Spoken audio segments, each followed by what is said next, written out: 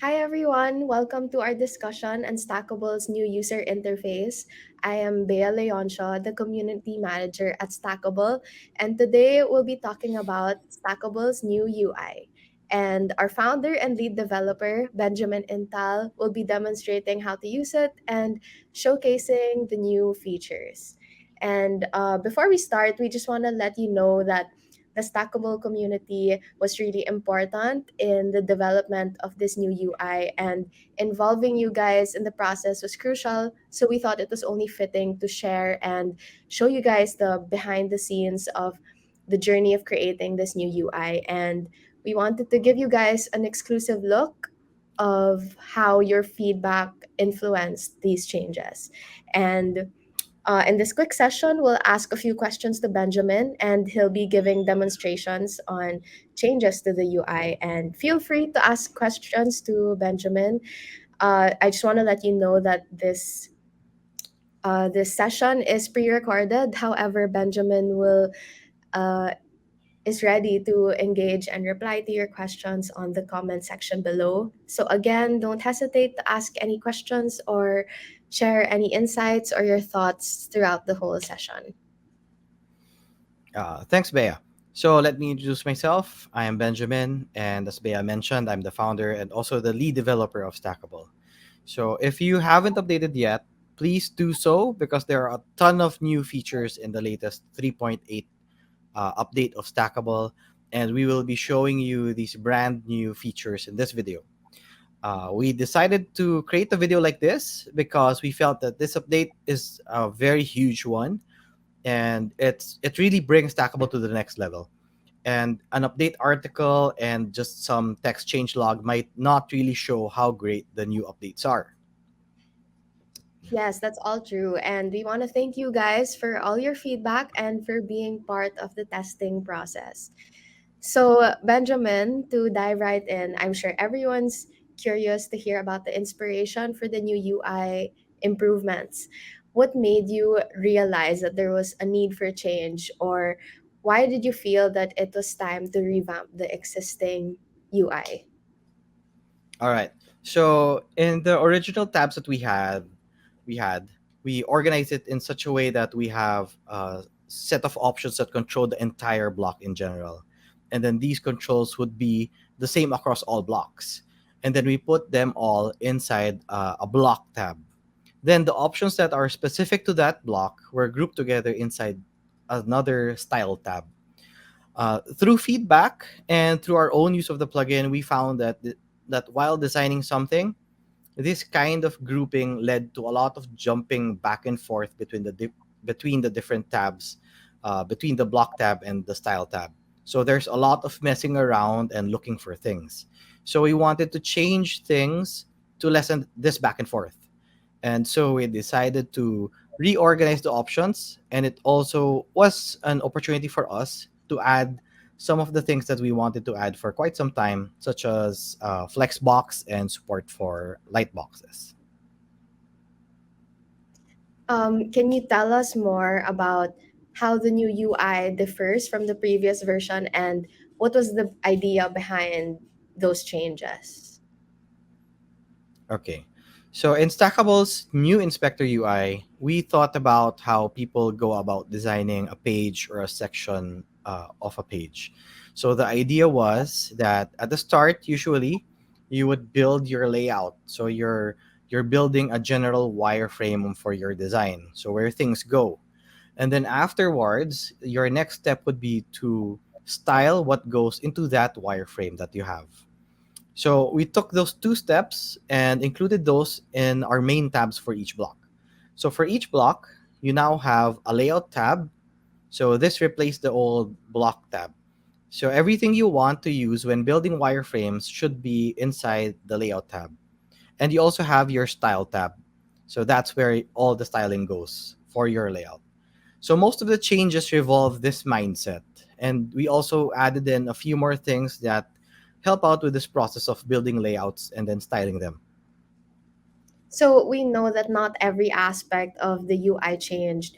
Can you share with us some of the key features that of the new UI that you're most excited about?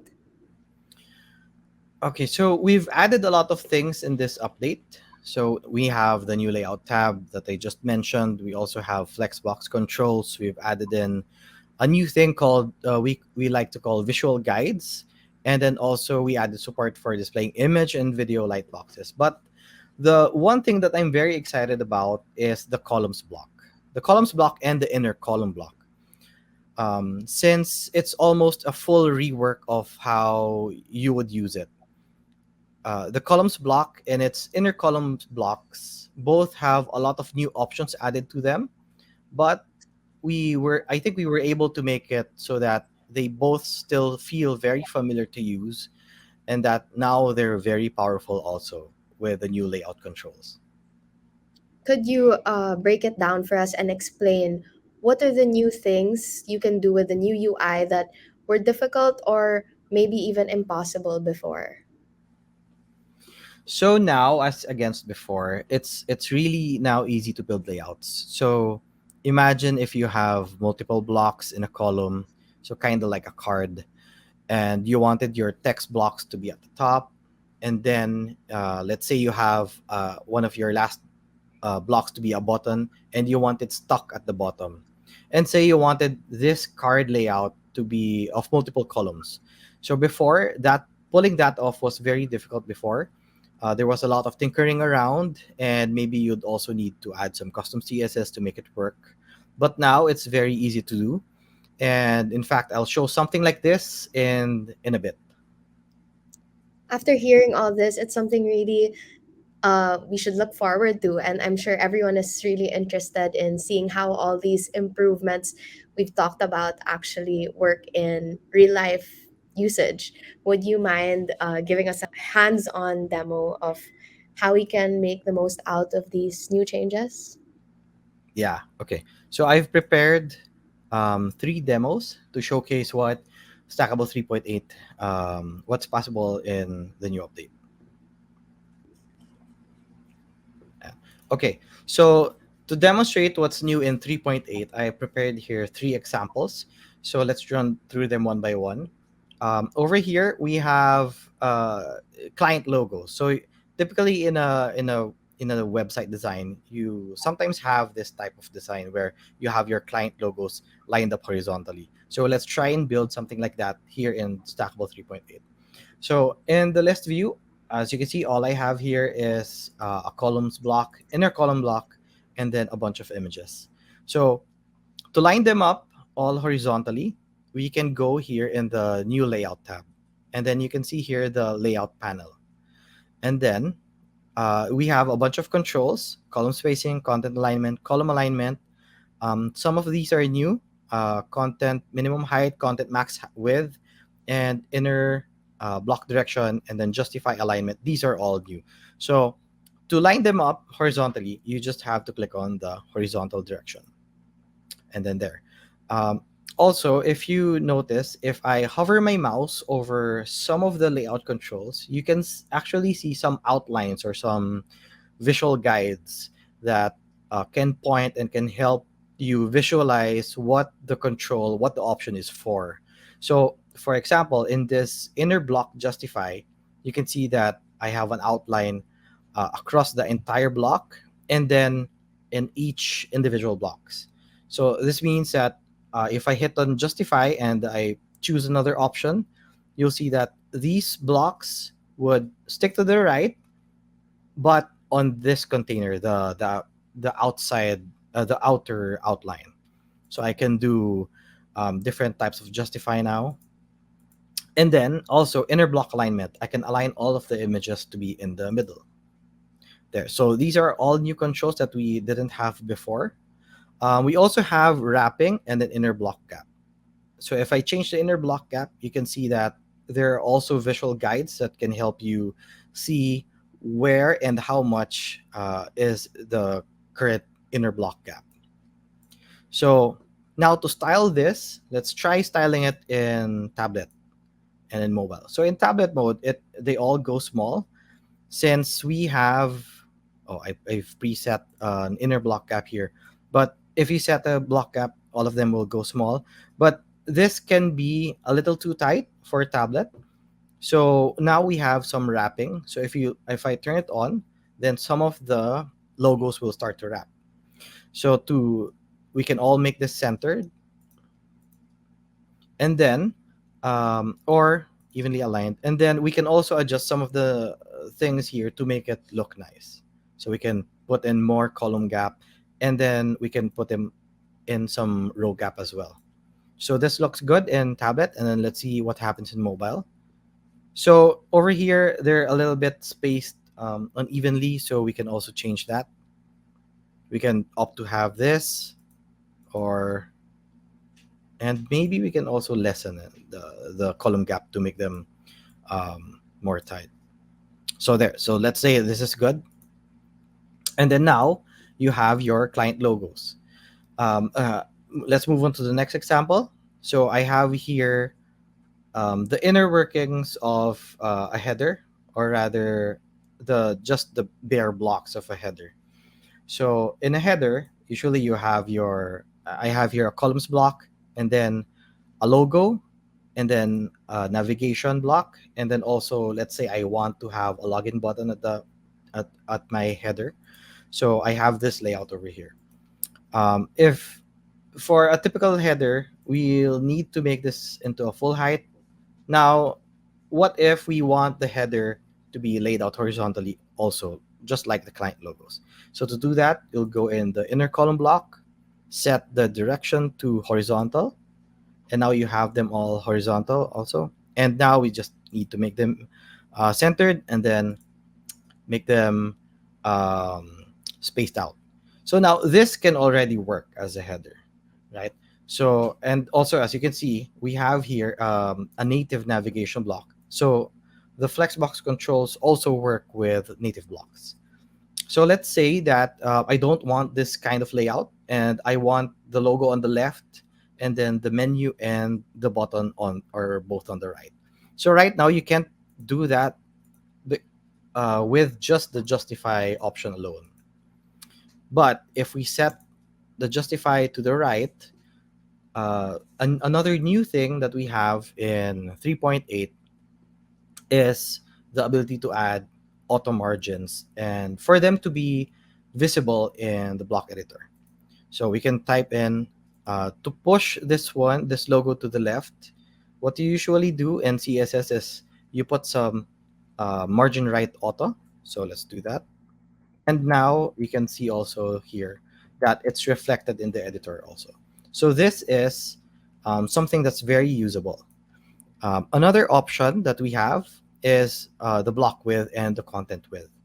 So if I hover my mouse over a block width, you'll see that if I set it to center, wide, and full, you'll see the visual guide highlighting the block. And actually, this block width option is the same as with here, except that we put it here because it works very good alongside the content width. So the content width is the width of the inside of your block. So for this, in this case, you can see the blue highlight, the blue visual guides, and then you can see here that if I set it to wide, oh, let me close this so it will be more visible. If I set this to wide, then the inner contents of the column now are a little bit um, narrower, and then I can also set it to center. So now it's clearly visible what I'm adjusting because of the visual guides. So I can have these options as well. So let's open up the list view. Now to the last demonstration.